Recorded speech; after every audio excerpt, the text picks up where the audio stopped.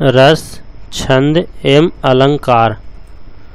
रस, छंद एवं अलंकार। रस, जिसकी अनुभूति मन को तन्मय, हृदय को एकतान, नेत्रों को जल प्लावित, शरीर को पुलकित और वचन रचना को गदगद कर दे, उस अलौकिक एवं चमत्कारी आनंद विशेष को रस कहा जाता है। रस के 4 अवयव हैं। पहला अस्थाई भाव, दूसरा विभाव, तीसरा अनुभाव, चौथा संचारी भाव। अस्थाई भाव, जो भाव रस का आस्वादन होने तक अथवा शुरू से अंत तक रहते हैं तथा जो अपने आप में विभोर कर देने की क्षमता रखते हैं, उन्हें अस्थाई भाव कहा जाता है। यह रस निष्पत्ति का मूलभूत कारण होता है। अस्थाई भाव कुल 11 हैं।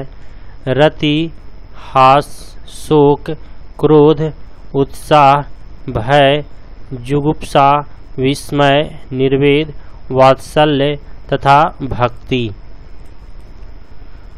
विभाव, विभाव किसी भाव को रस की अवस्था तक जागाने या उद्दीपन करने वाले तत्व को विभाव कहा जाता है। विभाव के 2 भेद होते हैं, आलंबन और उद्दीपन। आलंबन, जो विभाव भाव को जगाते हैं, उन्हें आलंबन विभाव कहा जाता है। उद्दीपन, जो विभाव भाव को उद्दीपित या तेज करने वाले होते हैं, उन्हें उद्दीपन विभाव कहा जाता है। जैसे फूलों से सुगंधित एकांत बगीचों में शकुंतला को देखकर दुष्यंत के हृदय में रति भाव जागृत होता है। यहाँ शकुंतला आलंबन विभाव है एवं सुगंधित एकांत बगीचा उद्दीपन विभाव है। इस तरह विभावों के बिना कोई भाव उदित नहीं होता है। सामान्यतः नायक नायिका को आलंबन कहा जाता है, किंतु वास्तव में जब नायिका के चित्त में प्रेमोदय होता है तो आलंबन नायक होता है, और जब नायक के चित्त में प्रेमोदय होता है तो आलंबन नायिका होती है। जिसके चित्त में प्रेमोदय होता है उसे आश्रय कहा जाता है। आलंबन के द्वारा आश्रय के चित्त में जो अस्थाई भाव उदित होता है, उसे तीव्रता देने वाले तत्व को उद्दीपन कहा जाता है। चांदनी रात, रिमझिम वर्षा, कदली वन, मलय पर्वत, उद्यान, चिड़ियों का चहकना आदि उद्दीपन विभाव है। अनुभाव, किसी प्रकार के अस्थाई भाव के उदित होने के जो बाहरी लक्षण दिखाई पड़ते हैं, उन्हें अनुभाव कहते हैं। अनुभाव एक बाह्य लक्षण है जिनसे अस्थाई भाव के उदित होने का निश्चित ज्ञान होता है। संचारी भाव, जो भाव कुछ ही क्षणों तक रहकर विलीन हो जाते हैं, संचारी भाव कहलाते हैं। संचारी भाव परिवर्तनशील होते हुए भी अस्थाई भाव की पुष्टि करते हैं। प्राचीन आचार्यों के अनुसार रस के 9 भेद ही प्रचलित रहे हैं। पहला श्रृंगार, दूसरा हास्य, तीसरा करुणा, चौथा रौद्र, पांचवा वीर, छठा भयानक, सातवां विभत्स, 8वां अद्भुत तथा 9वां शांत। किंतु अब कुछ विद्वान वात्सल्य और भक्ति को भी स्वतंत्र रस की कोटि में रख रहे हैं। इस प्रकार अब रस के 11 भेद माने जाते हैं। सभी 7 रसों के अस्थाई भाव निम्नांकित है। श्रृंगार, रति, हास्य, करुण, शोक, विभत्स, जुगुप्सा या घृणा, अद्भुत, विस्मय, शांत, निर्वेद, 7 रौद्र, क्रोध, 8 वीर, उत्साह, 9 भयानक, भय, 10वां वात्सल्य, 11 भक्ति। उदाहरण, सिंगार रस खजन मंजू तिरिछे नैननी, निज पति कहेड़ तिन्ही सिन सैननी। यह तुलसीदास द्वारा लिखा गया है। वीर रस जौर और अनुशासन पाओ, कटुक इव ब्रह्मांड उठाओ, कांचे घट झिमी डराओ फोरी, सकौ मेड़ू मूलक इव तोड़ी। यह तुलसीदास का लिखा हुआ है। हास्य रस बर बौराह बरद अस्वारा, बयाल कपाल विभूषण छारा। तुलसीदास द्वारा लिखा गया है। रौद्र रस रे निरीप बालक, कालबस बोलत तो ही न संभार, धनहु सम तिरुपुरारी, धनु विदित सकल संसार।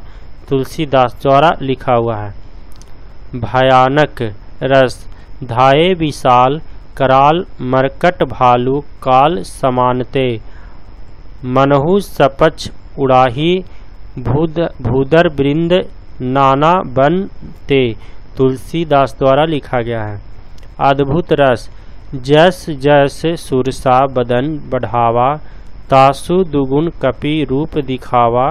यह तुलसीदास द्वारा लिखा गया है। विभत्स रस उदत बिदारही, भुजा उपारही, गही पद अवनी, पट्टकी भट्ट डराही। तुलसीदास द्वारा लिखा गया है। करुण रस पीर पति वह मेरा प्राण प्यारा कहाँ है, दुख जल निधि डूबी का सहारा कहाँ है। हरि औध द्वारा लिखा गया है।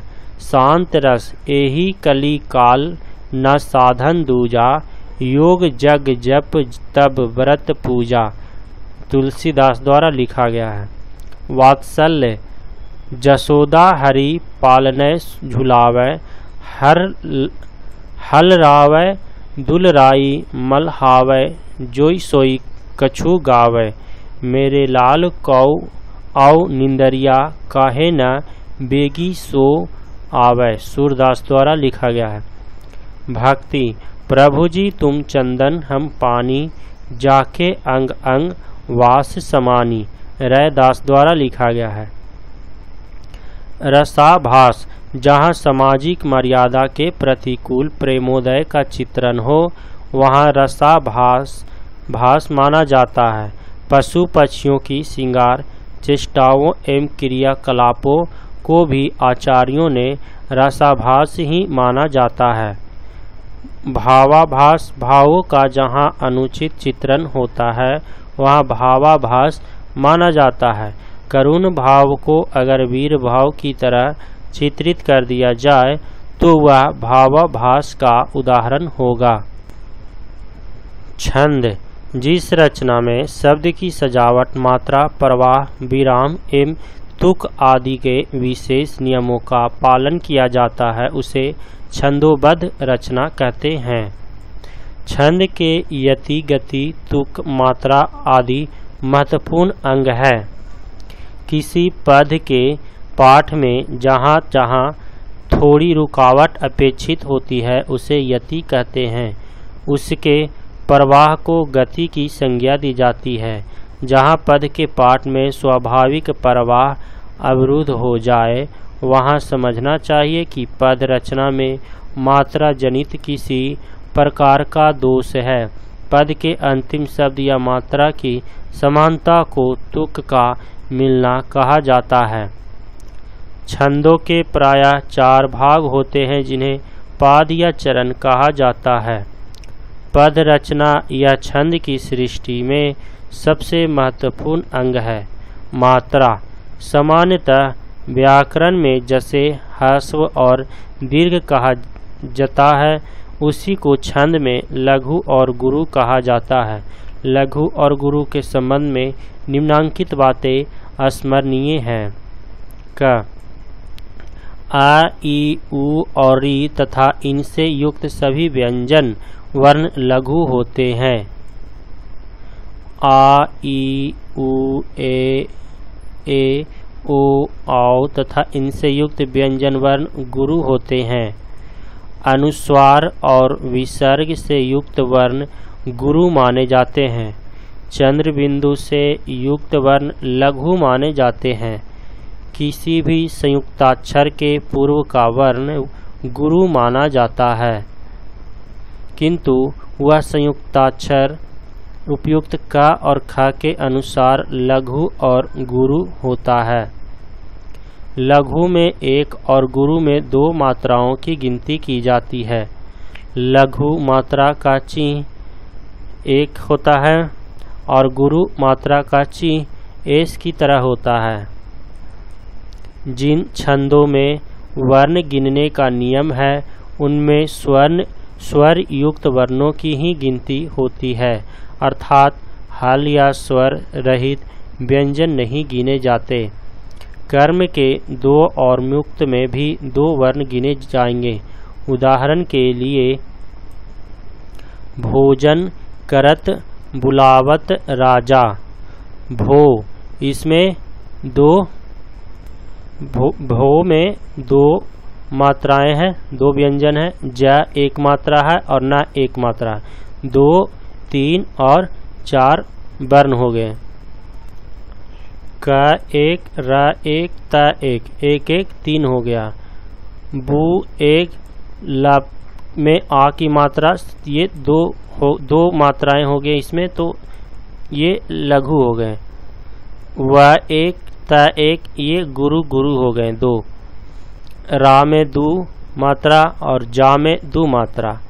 2 2 4 5 6 7 8 9 10 11 12 13 14 और 2 16 मात्राएं हैं। इस अर्धाली में भो में ओ स्वर मिला हुआ है जो गुरु है, तथा अतः इसमें 2 मात्राएं हैं। जा और न में आ रहने के कारण ये लघु या 1 मात्रा वाले हैं। करत में प्रत्येक वर्ण लघु है। बुलावत में पहला, तीसरा और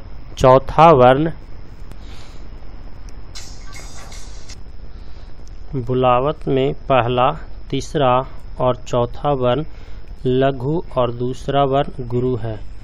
राजा में दोनों वर्ण गुरु हैं, अतः भोजन में 4 मात्राएं, करत में 3 मात्राएं, बुलावत में 5 मात्राएं और राजा में 4 मात्राएं हैं। इस तरह एक चरण में 16 मात्राएं हुई। छंदों के भेद। मात्रा और वर्ण क्रम के आधार पर छंदों के 2 भेद हैं, मात्रिक छंद और वर्णिक छंद। मात्रिक छंद जिस छंद में केवल मात्राओं की निश्चित संख्या का बंधन होता है,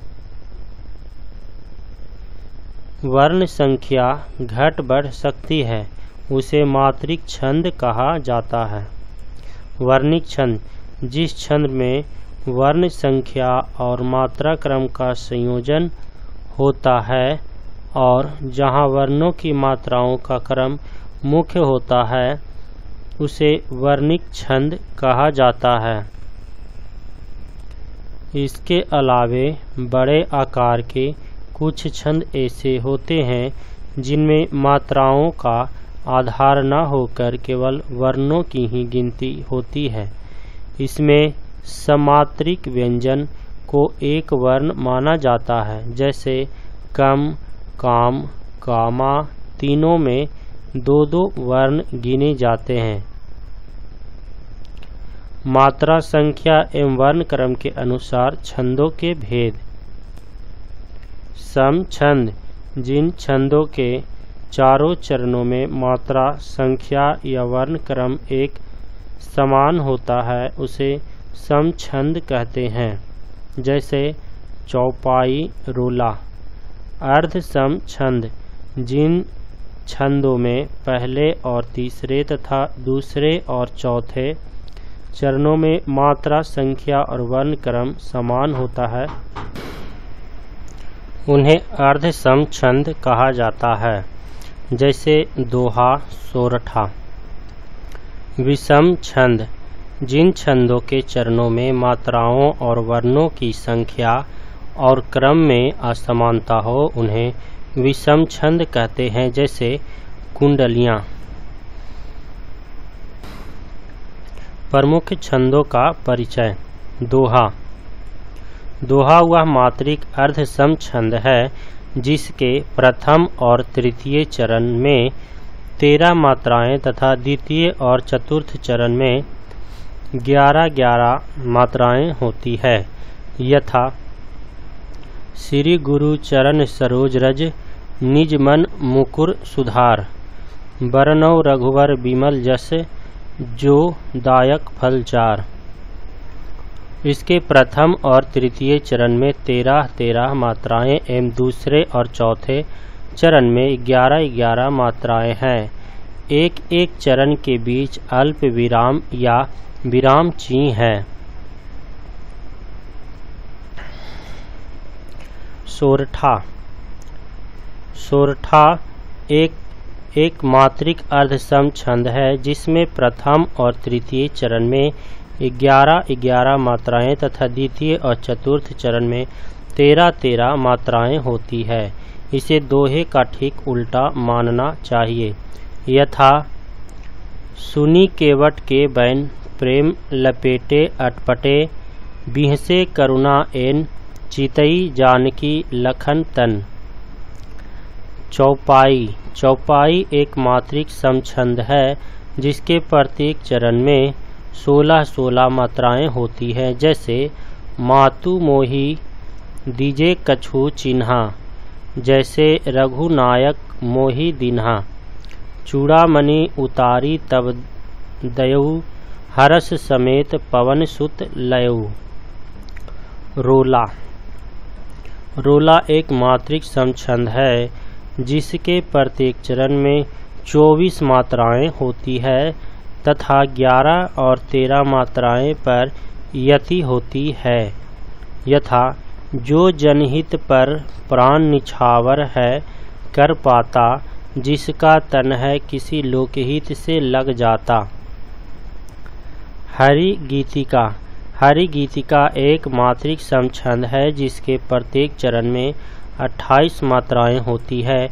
इसमें 16 और 12 मात्राओं पर यति होती है तथा अंत में एक लघु और गुरु होता है तथा यथा कहते हुए यो वह न उनका भूल सकता वेश है, हे पार्थ प्रण पालन करो देखो अभी दिन शेष है। कुंडलियाँ। यह एक संयुक्त छंद है जो दोहा और रोला दंड के योग से बनता है। एक दोहे के बाद एक रोला छंद रखने से कुंडलियाँ छंद हो जाता है। इस छंद के लिए यह आवश्यक है कि इसका आरंभ जिस शब्द से होता है अंत भी उसी शब्द से होता है। कभी कभी तो आरंभ और अंत के कई शब्द एक समान होते हैं। दूसरी आवश्यक बात यह है कि दोहा के अंत का चरण रोला के आरंभ के अंश में दोहरा दिया जाता है। इसके प्रत्येक चरण में 24 मात्राएं होती है, यथा लाठी में गुण बहुत है सदा रखिए संग, गहिरो नद नारा जहाँ तहाँ बचावे अंग, तहाँ बचावे अंग, झपटी कुत्ता को मारो, दुश्मन दावागीर होए तिनहु को झारे। कह गिरधर कवि राय सुनो हो धुर के बाटी, सब हथियारनी छाड़ी हाथ में लीजे लाठी। सवैया। सवैया एक वन वृत्त है जिसमें 4 समान चरण होते हैं और प्रत्येक चरण में 22 अक्षर तक होते हैं। इसके कई भेद हैं। नीचे मत गयंद सवैया का एक उदाहरण दिया जाता है जिसके प्रत्येक चरण में 7 बार एक गुरु और 2 लघु वर्णों का प्रयोग होता है तथा अंत में 2 गुरु वर्ण होते हैं, यथा शेष महेश गणेश दिनेश सुरेश सहु जही निरंतर गावै। जाहि अनादि अनंत अखंड अछेद अभेद सुवेद बतावै। नारद से सुक व्यास रटै पची हारै तौ पुनि पार न पावै। ताहि अहिर की छोरियाँ छछियाँ भरी छाछ पै नाच नचावे।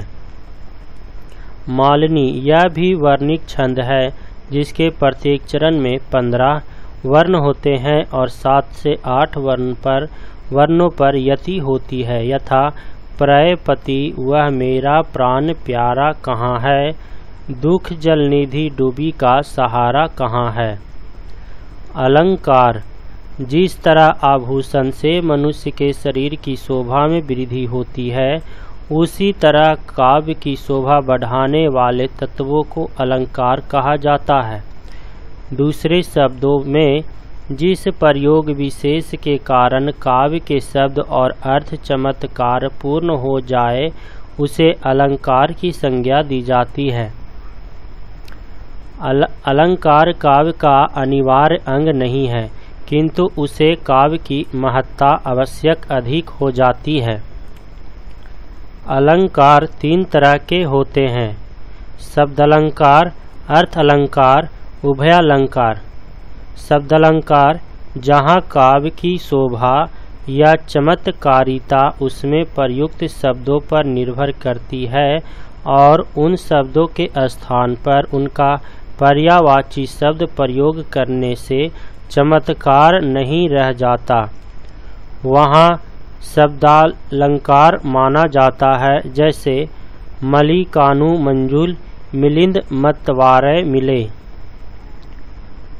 यहाँ शब्दालंकार का सुंदर प्रयोग देखा जा सकता है। कुछ प्रमुख शब्दालंकार का यहाँ परिचय दिया जा रहा है। अनुप्रास वर्णों के साम्य को अनुप्रास कहा जाता है।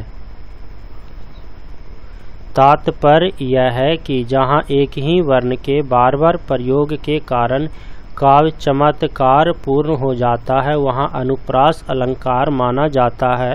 जैसे बाकरगंज के बांकीपुर में बनवारी लाल बनिया वास करता था, या कुलन में केलिन में छारन में कुंजन में कयारिन में कलित कलीन विकसंत है।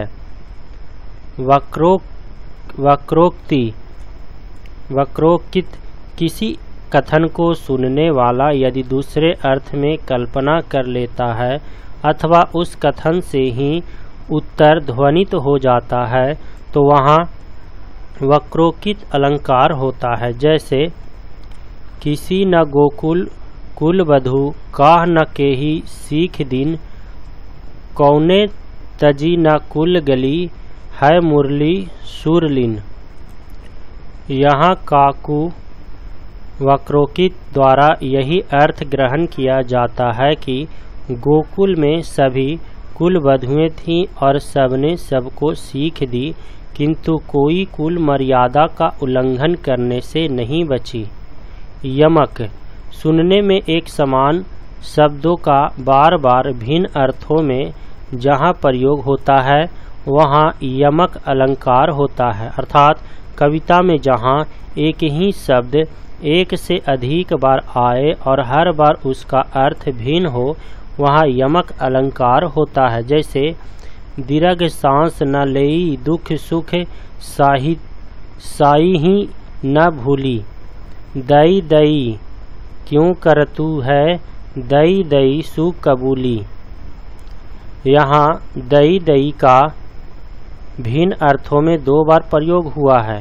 पहले दई का अर्थ होता है दैव या भाग, दूसरे दई का अर्थ है दिया, अतः यहाँ यमक अलंकार है। सलेस का सामान्य अर्थ होता है चिपकना। जहाँ एक ही शब्द का एक से अधिक अर्थों में प्रयोग होता है वहाँ सलेस अलंकार होता है। जैसे चिर जीवाओ जोरी जुरै क्यों न स्नेह गंभीर, को घटी ये वृष भानुजा वे हलधर के वीर। यहाँ वृष भानुजा और हलधर के वीर में सलेश है। पहले के दो अर्थ निकलते हैं। वृष भानु की बेटी या राधा और वृषभ की अनुजा यानी बहन या गाय। दूसरे के भी दो अर्थ निकलते हैं।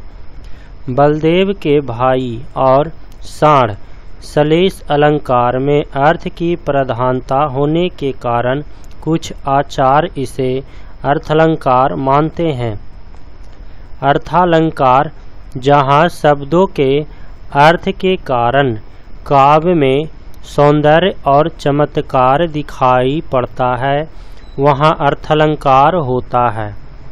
उस सौंदर्य के लिए एक शब्द के बदले उसके पर्यायवाची शब्द का प्रयोग करने से भी वह चमत्कार ज्यों का त्यों बना रहता है। उदित उदयगिरी मंच पर रघुवर बाल पतंग विकसे संत सरोज मुख हरखे लोचन भृंग। यहाँ रूपक अर्थालंकार है। अर्थालंकार के कई रूप काव्य में प्रचलित है। उनमें कुछ प्रमुख निम्नांकित हैं। का उपमा समान धर्म वाले दो पदार्थों का उपमान उपमेय रूप में कथन करने को उपमालंकार कहते हैं। अथवा किसी प्रसिद्ध वस्तु की समानता के आधार पर जब किसी व्यक्ति के रूप गुण धर्म का वर्णन किया जाता है, वहाँ उपमा अलंकार होता है। इसके चार अंग है: उपमान, उपमेय, वाचक तथा साधारण धर्म। उपमान जिस प्रसिद्ध वस्तु के उपमा दी जाती है उसे उपमान कहते हैं।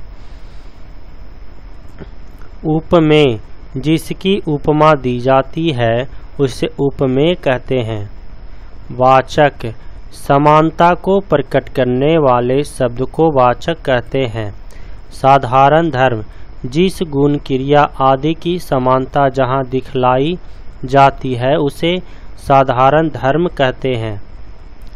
उदाहरण के लिए चंद्रमा या सुंदर मुख है। यहाँ चंद्रमा उपमान है, मुख उपमेय है या वाचक और सुंदर साधारण धर्म है। जहाँ इन चारों अंगों का स्पष्ट उल्लेख होता है वहाँ पूर्णोपमा अलंकार होता है, और जहाँ एक या अधिक अंग लुप्त रहते हैं वहाँ लुप्तोपमा अलंकार होता है। उदाहरण सहित वशिष्ठ सोह निरीप कैसे, सुर गुरु संग पुरंदर जैसे। यहाँ वशिष्ठ सहित दशरथ उपमेय है, बृहस्पति सहित इंद्र उपमान है। जैसे वाचक है और शोभित होना साधारण धर्म है। इस अलंकार में सा सी से जैसा जैसी जैसे ज्यों सम समान सरिस आदि का प्रयोग होता है। ख रूपक जहाँ उपमान और उपमेय का अभिन्न कथन हो, अर्थात जहाँ और गुण की अत्यधिक समानता के कारण उपमेय में उपमान का आरोप कर अभेद स्थापित किया जाए, वहाँ रूपक अलंकार होता है। यथा उदित उदयगिरी मंच पर रघुवर बाल पतंग बिकसे संत सरोज मुख हरखे लोचन भृंग। यहाँ मंच, रघुवर, मुख और लोचन जो उपमेय है उनको उदयगिरी, बाल पतंग, सरोज और भृंग उपमानों से अभिन्न प्रकट किया गया है। उत्प्रेक्षा जहाँ प्रस्तुत वस्तु की संभावना अप्रस्तुत से की जाती है वहाँ उत्प्रेक्षा अलंकार होता है। यथा राम सिय सुंदर प्रति छाही, जगम गात मणि खंभन माही, मनहु मदन रति धरी बहु रूपा, देखत राम बियाह अनूपा। यहाँ राम जानकी की परछाई की संभावना कामदेव और रति के विविध रूपों से की गई है। साधारणतः जहाँ जनु मानो मनो मनहु ज्यों आदि का प्रयोग हो वहाँ उत्प्रेक्षा अलंकार मानना चाहिए। अतिशयोक्ति किसी बात को इस तरह बढ़ा चढ़ा कर कहना कि जिससे लोक मर्यादा या सीमा का उल्लंघन हो जाए अतिशयोक्ति अलंकार कहलाता है। यह कई प्रकार से होता है। प्रकृत वस्तु के बदले उपमानों का कथन करके, यथा अद्भुत एक अनुपम बाग, जुगल कमल पर गजबर क्रीडत तापर सिंह करत अनुराग। यह सूरदास की वाणी है।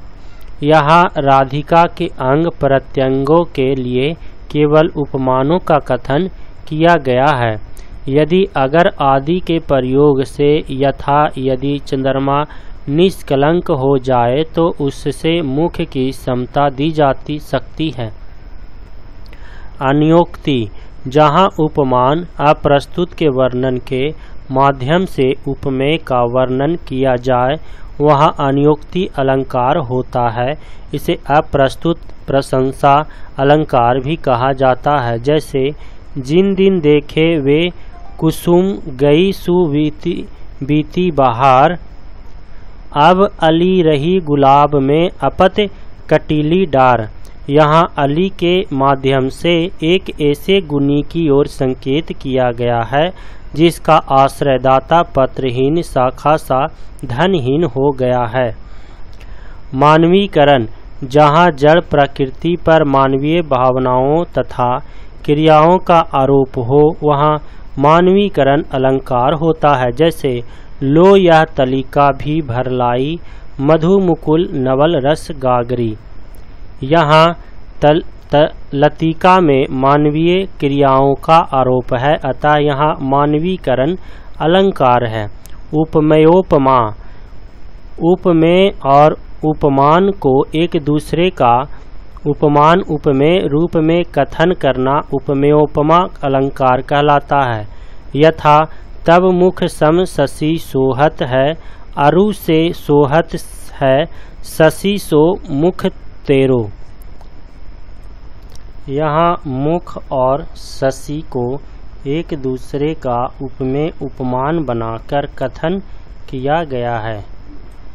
अनन्य वयोपमा, जहाँ एक ही वस्तु का उपमेय और उपमान के रूप में कथन किया जाए वहाँ अनन्य वयोपमा अलंकार होता है। यथा हे दुखदायक प्रेम निधि, जग में तो भले और बुरे सब ही हैं, दीन दयाल और दीन प्रभु, तुमसे तुम ही हमसे हम ही हैं। प्रतिवस्तुपमा, जहाँ उपमेय और उपमान के समान धर्म का भिन्न शब्दों में दो वाक्यों में कथन किया जाता है वहाँ प्रतिवस्तुपमा अलंकार होता है। यथा चटक न छाड़त घटत हूँ, सजन नेह गंभीर, फीको पैर न बरऊ फटे, रंगयो चोल रंग चीर। अर्थांतर न्यास, जहाँ समान कथन का किसी विशेष कथन द्वारा अथवा विशेष कथन का समान कथन द्वारा समर्थन किया जाए वहाँ अर्थांतर न्यास अलंकार होता है।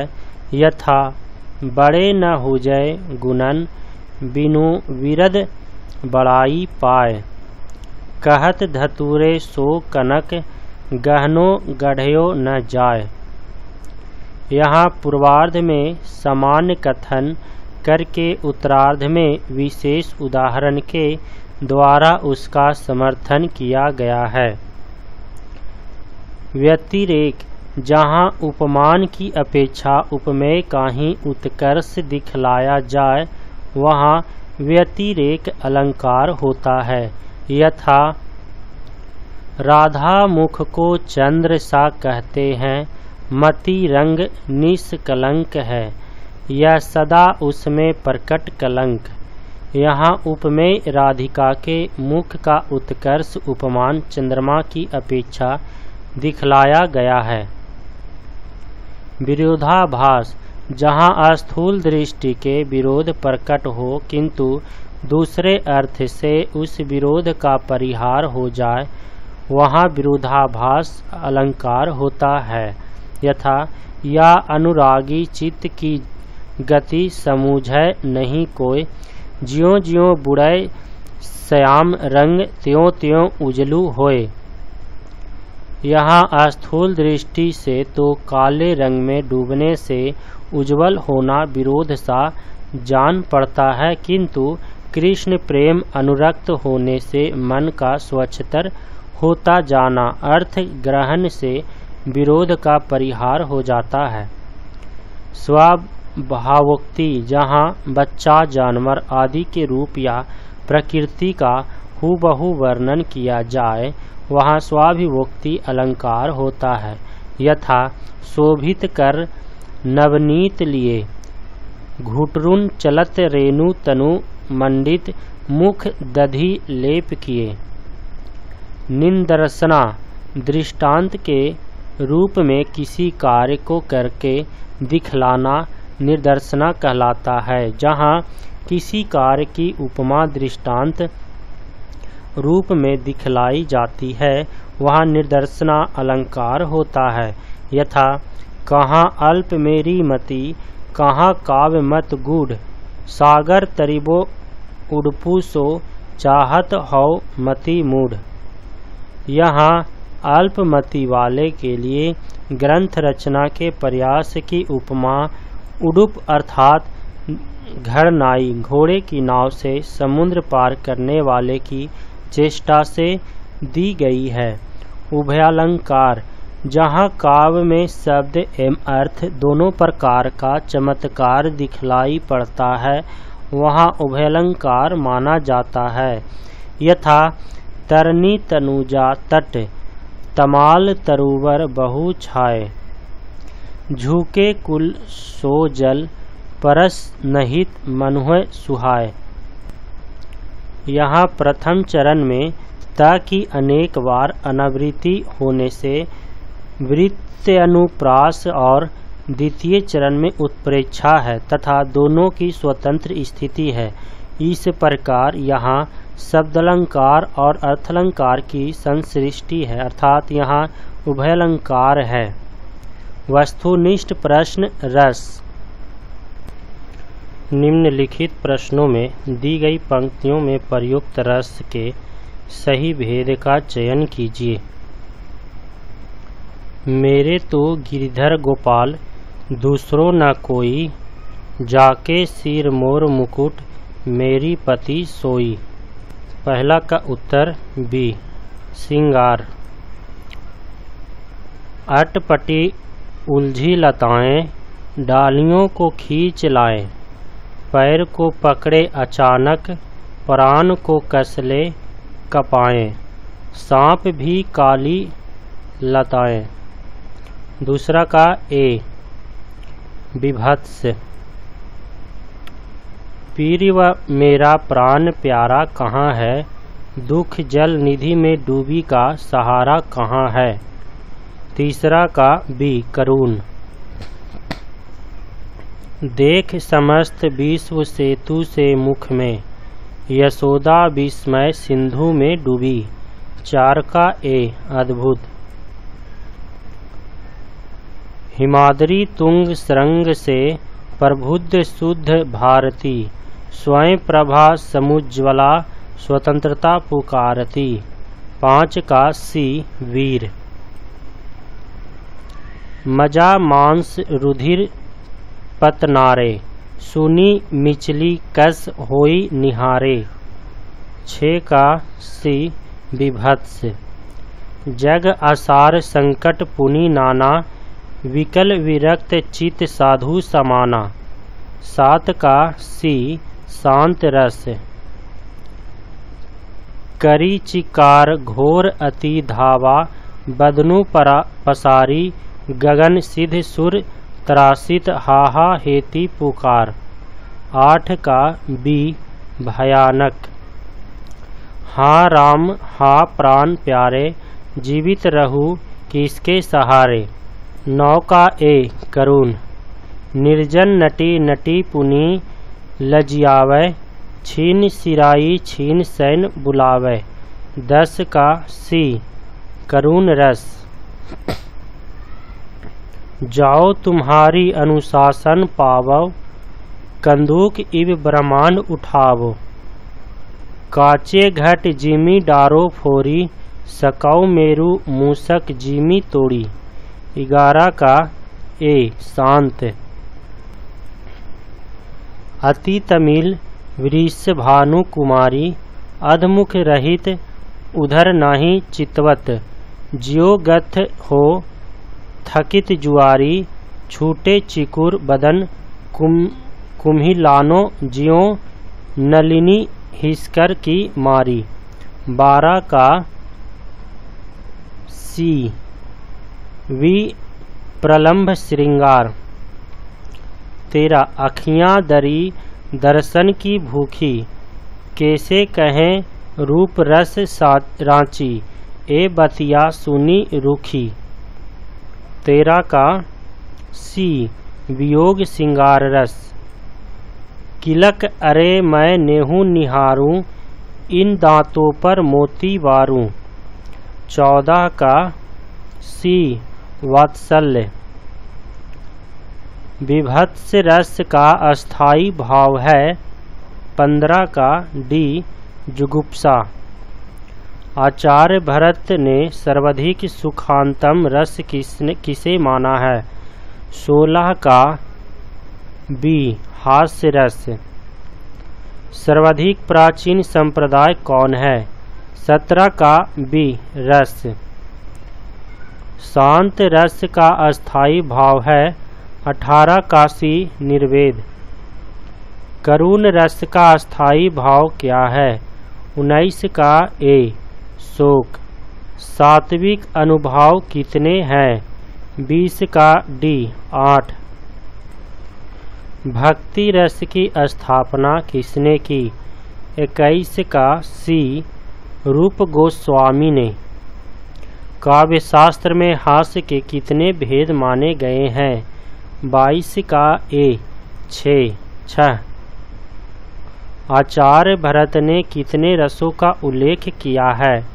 23 का बी 8। रस सिद्धांत के आदि प्रवर्तक कौन है। 24 का ए भरत मुनि।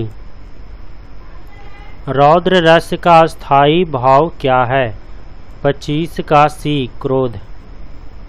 कवि बिहारी मुख्यतः किस रस के कवि हैं।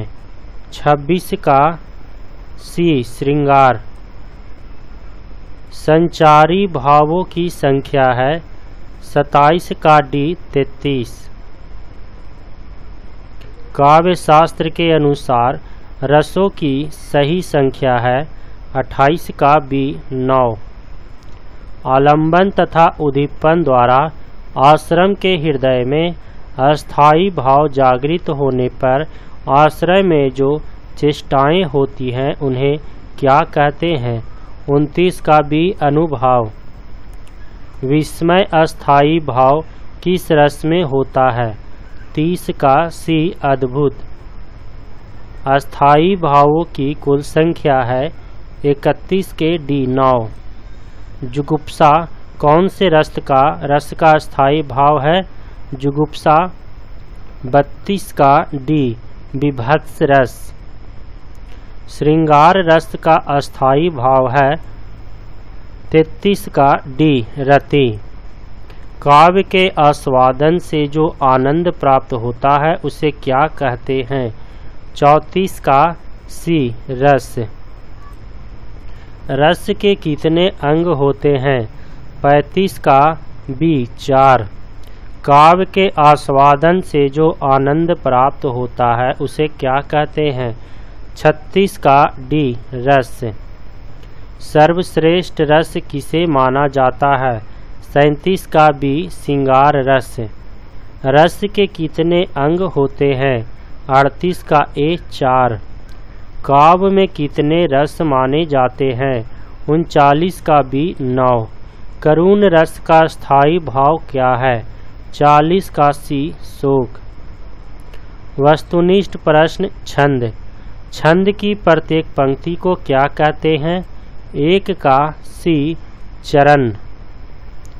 कुंडली 6 चरण वाले छंद को क्या कहते हैं? इसके प्रत्येक चरण में कितनी कुंडली 6 चरण वाले छंद को कहते हैं, इसके प्रत्येक चरण में कितनी मात्राएं होती है? 2 का डी 24। छंद का सर्वप्रथम उल्लेख कहाँ मिलता है? 3 का ए ऋग्वेद में। 24 मात्राओं की 2 पंक्तियों वाले छंद को क्या कहते हैं? 4 का बी दोहा। छंद की रचना किसके द्वारा होती है? 5 का ए गणों के समायोजन से। चरणों की मात्रा, यति और गति के आधार पर छंद कितने प्रकार के हैं? 6 का बी सम, विषम और अर्धसम। मैथिली शरण गुप्त जी के काव्य से उन्हें कौन से छंद प्रिय होने का प्रमाण मिलता है? 7 का सी मात्रिक एवं सम। छप्पय किस प्रकार का छंद है? 8 का बी विषम। 1 से 26 वर्ण वाले छनच को क्या कहते हैं? 9 का बी साधारण छंद। 10 शिल्पगत आधार पर दोहे से उल्टा छंद है? 10 का सी सोरठा। 11 चारों चरणों में समान मात्राओं वाले छंद को क्या कहते हैं? 11 का ए मात्रिक समछंद। दोहा और रोला के संयोग से बनता है। 12 का सी कुंडलियाँ। दोहा छंद में यति कहाँ होती है? 13 का बी चरण के अंत में। कोई भी छंद किसमें विभक्त रहता है? 14 का सी दोनों में ही। प्रवाह लाने के लिए छंद की पंक्ति में ठहरना कहलाता है। 15 का बी रोला। जिस छंद के प्रत्येक चरण में 16 मात्राएं और अंत में गुरु होता है उसे क्या कहते हैं? 16 का सी चौपाई। 13 से 11 मात्राओं पर यति एवं 4 चरण युक्त छंद है। 17 के ए दोहा। किस छंद का प्रथम एवं अंतिम शब्द एक सा होता है? 18 का डी कुंडलियाँ। हिंदी कविता में स्वच्छंद छंद रचना का सूत्रपात निम्नलिखित में से किसने किया था? 19 के डी सूर्यकांत त्रिपाठी निराला। निम्नलिखित में मात्रिक समछंद कौन सा उदाहरण है? 20 का सी चौपाई। छंदबद्ध पंक्ति में प्रयुक्त स्वर व्यंजन की समानता को कहते हैं। 21 का सी तुक। गणों की संख्या होती है। 22 का बी 8। द्रुत, विलंबित और मालनी छंद किस प्रकार के हैं? 23 का बी वर्णिक वृत्त। दोहा किस प्रकार का छंद है? 24 का सी अर्धसम। कौन से छंद में गणों का विचार नहीं किया जाता? 25 का ए मात्रिक छंद। 4 चरण वाले चौपाई छंद के प्रत्येक चरण में कितनी मात्राएं होती है? 26 का सी 16। जिस छंद के पहले तथा तीसरे चरणों में 13 और दूसरे तथा चौथे चरणों में 11 मात्राएं होती है वह छंद कहलाता है। 27 का डी दोहा। छंद मुख्य रूप से कितने प्रकार के होते हैं? 28 का सी 4। किस छंद में द्वितीय व चतुर्थ चरण के अंत में तुक नहीं होती है? 29 का सी सोरठा। निम्नलिखित में से मात्रिक छंद है। 30 का ए दोहा। निर्देश 31 से 80 निम्नलिखित प्रश्नों में दिए गए गद्यांश में छंद के उचित प्रकार का चयन कीजिए। अवधि शिला का उर पर था गुरु भार, तिल तिल काट रही थी दृग जलधार। 31 का डी बरवै, जो सुमिरत सिद्धि होई गणनायक करिवर बदन, करहु अनुग्रह सोई बुद्धि राशि शुभ गुण सदन। 32 का डी सोरठा, नहीं पराग नहीं मधुर मधु नहीं विकास, यही काल अली कली ही सौ बंधियों आगे कौन हवाल। 33 का ए दोहा, हिंदी के उद्धार हित कष्ट अनकेन जिन सहे, भारतेंदु हरिश्चंद्र की उज्जवल कृति सदा रहे। 34 का ए हुल्लाला, रहीमन पानी रखिए बिन पानी सब सुन, पानी गए न उबरे मोती मानस चुन। 35 का ए दोहा, ब्रज की कुमारिका वे लीने सुख सारिका ब, ढावै कोक करी कानी केशव सब निवाही। 36 का ए रूप घनाक्षरी, राम राजान के राज आए, यहाँ धाम तेरे महाभाग जागे अवै। 37 का डी सवैया, कहती हुई यो उतरा के नेत्र जल से भर गए, हिम के कणों से पूर्ण मानो हो गए पंकज नए। 38 का सी हरि गीतिका, जो रहीम उत्तम प्रकृति का, करी सकत सुसंग कुसंग, चंदन विष व्याप्त नहीं लिपटे रहत भुजंग। 39 का भी दोहा, जो जग हित पर प्राण निछावर है कर पाता, जिसका तन है किसी लोकहित में लग जाता। 40 का बी रोला, धाये धाम काम कब त्यागी। 41 का ए दोहा, मंगल भवन अमंगल हारी, द्रवहु सो दशरथ अजित बिहारी। 42 का सी चौपाई, किसको पुकारे यहाँ रोकर अरण्य बीच, चाहे जो करो शरण शरण तिहारे हैं। 43 का डी घनाक्षरी। 44 गुरुपद रज मृदु मंजुल मंजन, नयन अमी दृग दोष विभंजन, तेहि करी विमल विवेक विलोचन, बरनऊ रामचरित भवमोचन। 44 का बी चौपाई, जानकी जीवन को जन है, जरी जाऊ सो जी को जांचत और रही। 45 का ए सवैया, या लकुटी अरु कमरिया, पर राज तिरहुपुर को ताजी, डारव आठहूँ सिद्धि नवो निधि को, सुख नंद की गाय चराए बिसारव, रस खानी कबौ इन आखिन ते, ब्रज के बन बाग तड़ाग निहारे, कोटिन वे कलधौत के धाम करील के कुंजन ऊपर बरव। 46 का ए सवैया, अति निकट गोदावरी पाप संहारनी, चल तरंग तंगावती चारु संचारनी। 47 का ए मन हरन, कर मुरली उर्माल, शीश मुकुट कटी काछनी, बसौ बिहारी लाल, यही बानक मो मन सदा। 48 का बी सोरठा, सब भांति सुशासित हो जहाँ, समता के सुखकर नियम, बस उसी स्वशासित देश में जागे है जगदीश हम। 49 का सी छप्पै,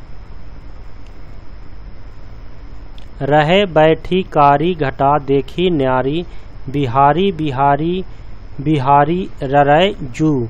50 का ए सवैया। निज मन मुकुर सुधार, श्री गुरु चरण सरोज रज। जो दायक फल चार, बरनौ रघुवर विमल जसे। 51 का ए सोरठा। मातृभू भी मातृभू सी मातृभू है, अन्य से तुलना नहीं। 52 का डी गीतिका। सहज विलास हास, पिया की हुलास तजी। दुख के निवास प्रेम, पास पारियत है।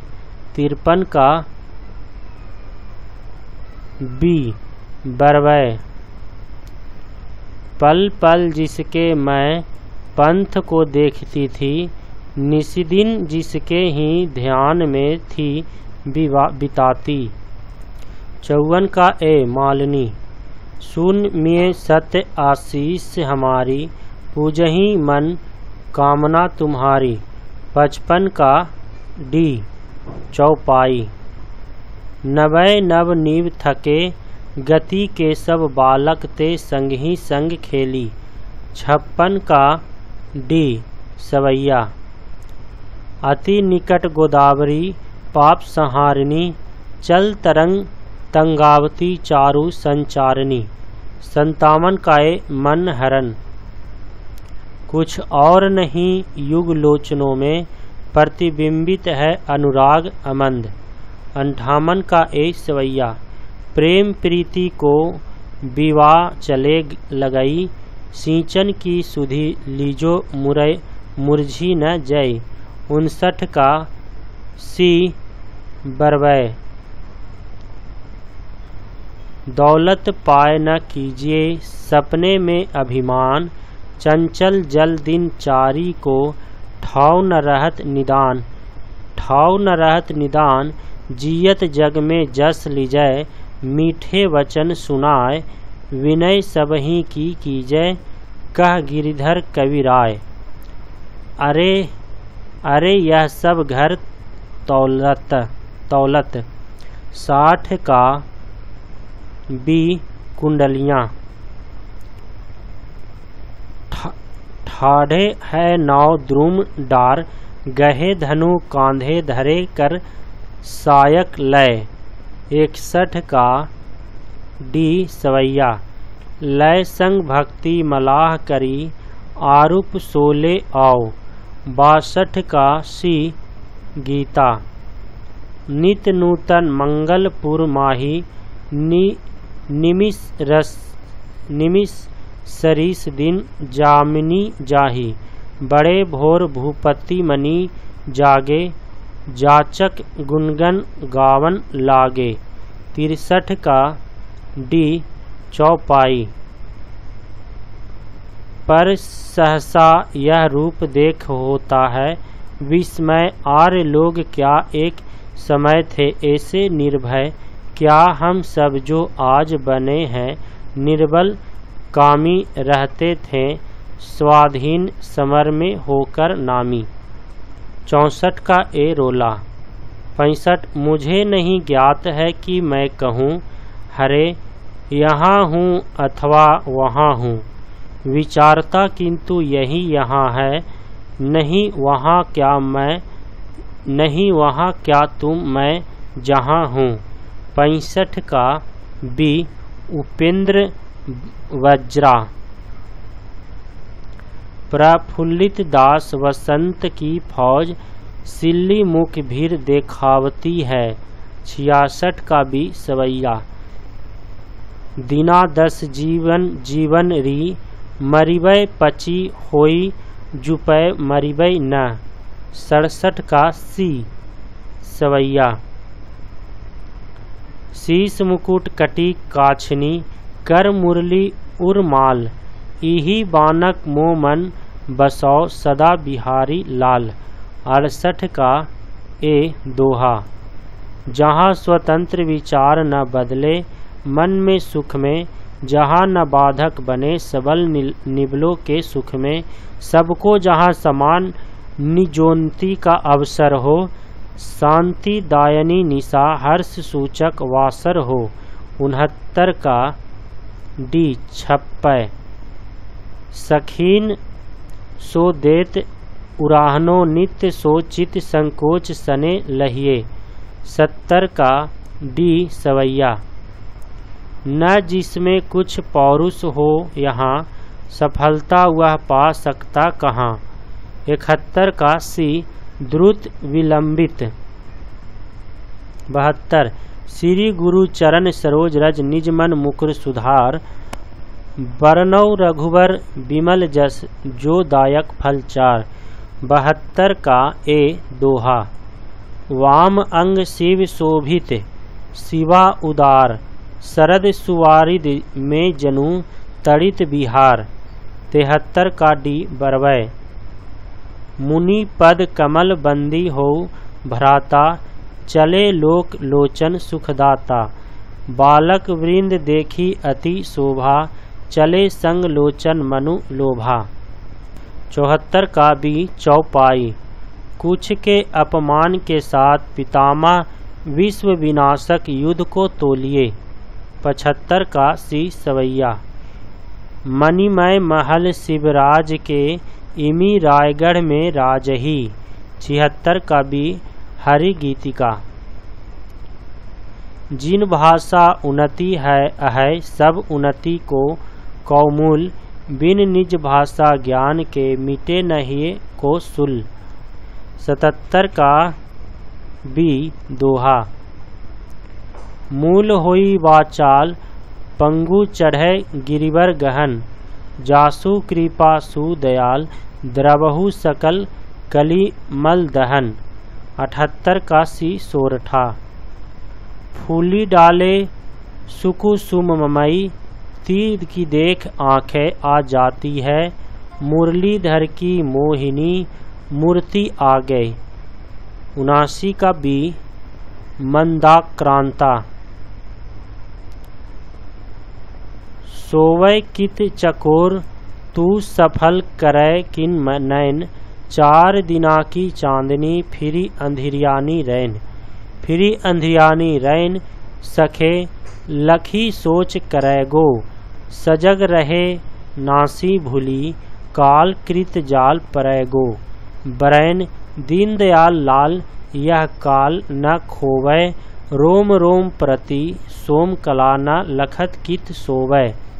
80 का डी कुंडलियाँ वस्तुनिष्ठ प्रश्न अलंकार 1 से 49 निम्न लिखित प्रत्येक प्रश्न में दिए गए वाक्यों में प्रयुक्त अलंकार के भेद का चयन कीजिए। पहला गर्व करऊ रघुनंदन, जिनमन माहा देखऊ आपन मूर्ति सिय के छाह। पहला का डी प्रतीप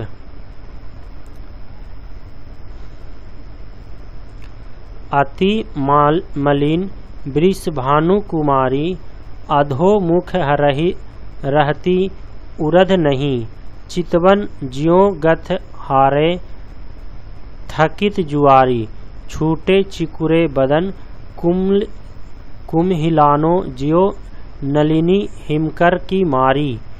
दूसरा का डी उपमा चरण कमल बंदाव हरी रई। तीसरा का सी रूपक। चौथा ज्यों ज्यों बूढ़े श्याम रंग, त्यों त्यों उज्जवल होए। चौथा का बी विरोधाभास नहीं पराग नहीं मधुर मधु, नहीं विकास इही काल, अली कली ही सो बिंध्याओ आगे कौन हवाल। 5 का सी अन्योक्ति पीपर पात सारिस मंडोला। 6 का ए उपमा बांधा था विधु को किसने, इन काली जंजीरों से, मणि वाले फनियों का मुख क्यों भरा हुआ हीरो से। 7 का बी अतिशयोक्ति। चरर मरर खुल गए अरर रवस फूटों से। 8 का ए अनुप्रास। दीप सा ये जल रहा है, कह दो तुम ही कैसे बुझाऊं। 9 का सी पूर्णोपमा। बिटपी बिटपी बंधी पड़ी रह गई मोह के पास में। 10 का बी श्रुत्यानुप्रास। रंभा झूमत हौ कहाँ, कछुक दीनन के हेत। तुमते केते हैं गए और है यदि खेत। 11 का डी अनियोक्ति। ध्वनिमयी करके गिरी कंदरा, कलित कानन केली निकुंज को। 12 के बी वृत्त्यनुप्रास। नदियाँ जिनकी यश धरासी, बहती है अब भी निसी वासर। 13 का डी उपमा। या मुरली मुरलीधर की अधरान धरी, अधरान धरऊंगी। 14 का बी यमक। उधो मेरा हृदय तल था एक उद्यान न्यारा, शोभा देती अमित उसमें कल्पना क्यारियां थी। 15 का ए रूपक। तापस बाला सी गंगा कुल। 16 का डी उपमा। मखमल के झूले पड़े हाथी सा टीला। 17 का बी उपमा। रहीमन जो गति दीप की, कुल कपूत गति सोए। 12 उजियारे लगए बढ़े अंधियोरा होए। 18 का डी सलेस। मौसम कौन कुटिल खल कामी। 19 का बी वक्रोक्ति। कनक कनक ते सौगुनी मादकता, अधिकाय या खाए बरौत नर व पाए बौराए।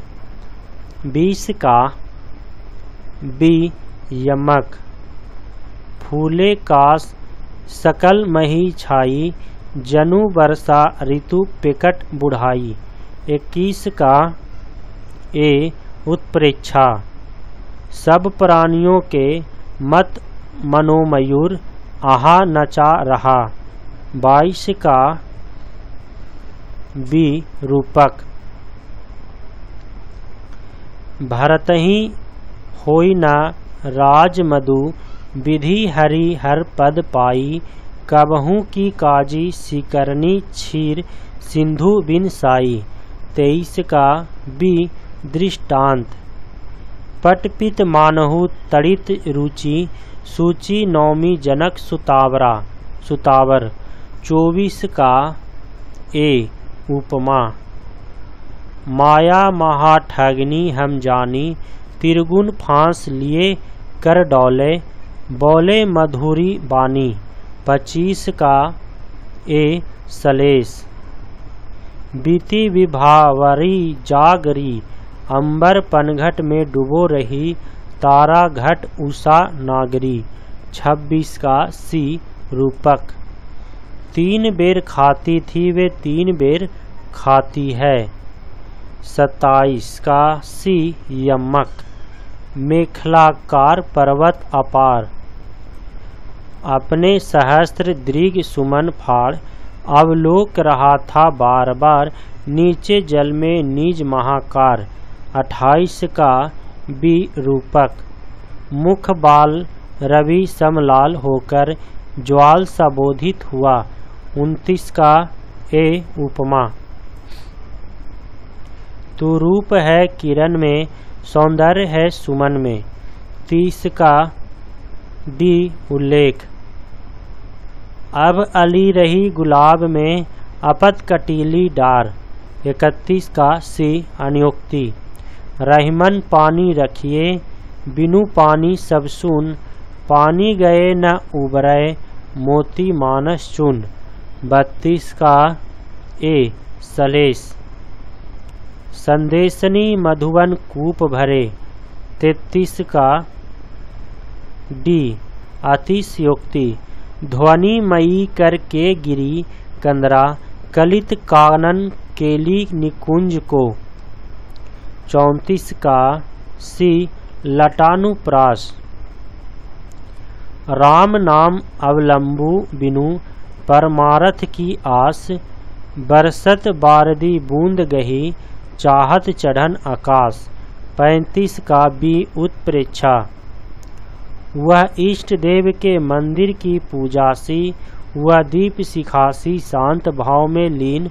वह टूटे तरु की छूटी लतासी दिन। दलित भारत की विधवा है। 36 का ए उपमा। हनुमान की पूंछ में लगन न पाई आग। लंका शीघ्री जल गई गए निशाचर भाग। 37 का सी अतिशयोक्ति। इस काल मारे क्रोध के तनु कांपने उनका लगा। मानो हवा के जोर से सोता हुआ सागर जगा। 38 का सी उत्प्रेक्षा। सोहत ओढ़े पीतपट श्याम सलोने गात। मनहु नील मणि शैल पर आपत परयो प्रभात। 39 का भी उत्प्रेक्षा। 40 माला फेरत युग गया फिरा न मन का फेर। कर का मन का डारी दे मन का फेर। 40 का सी यमक। तरनी तनुजा तट तमाल तरवर बहुत छाए। 41 का ए अनुप्रास।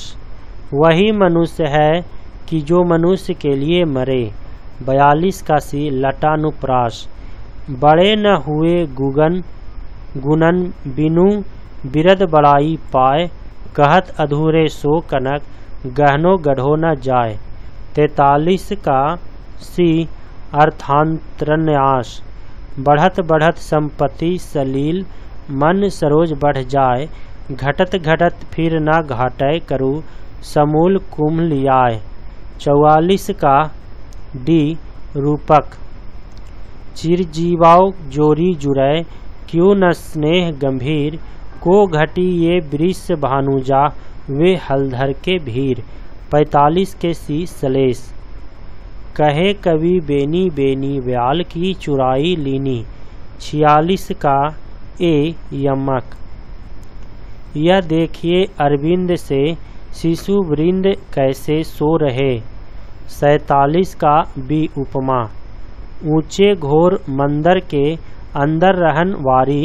ऊंचे घोर मंदिर के अंदर रहाती है। 48 का ए यमक। नवल सुंदर श्याम शरीर। 49 का ए उल्लेख। अंबर पनघट में डुबो रही तारा घट उषा नागरी पंक्ति में प्रयुक्त अलंकार है। 50 का सी रूपक। बांधा था विधु को किसने इन काली जंजीरों से। मणि वाले फनियों का मुख क्यों भरा हुआ हीरो से। पंक्ति में प्रयुक्त अलंकार है। 51 का भी अतिशयोक्ति।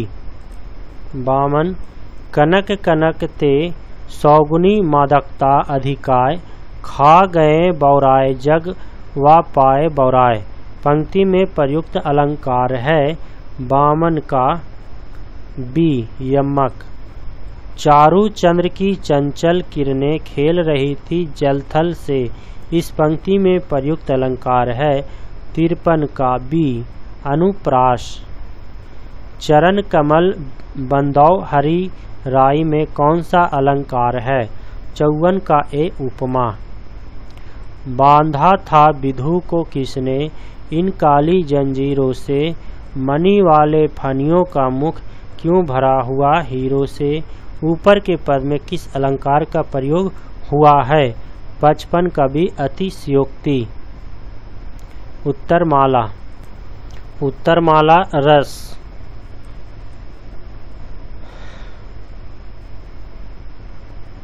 उत्तरमाला छंद।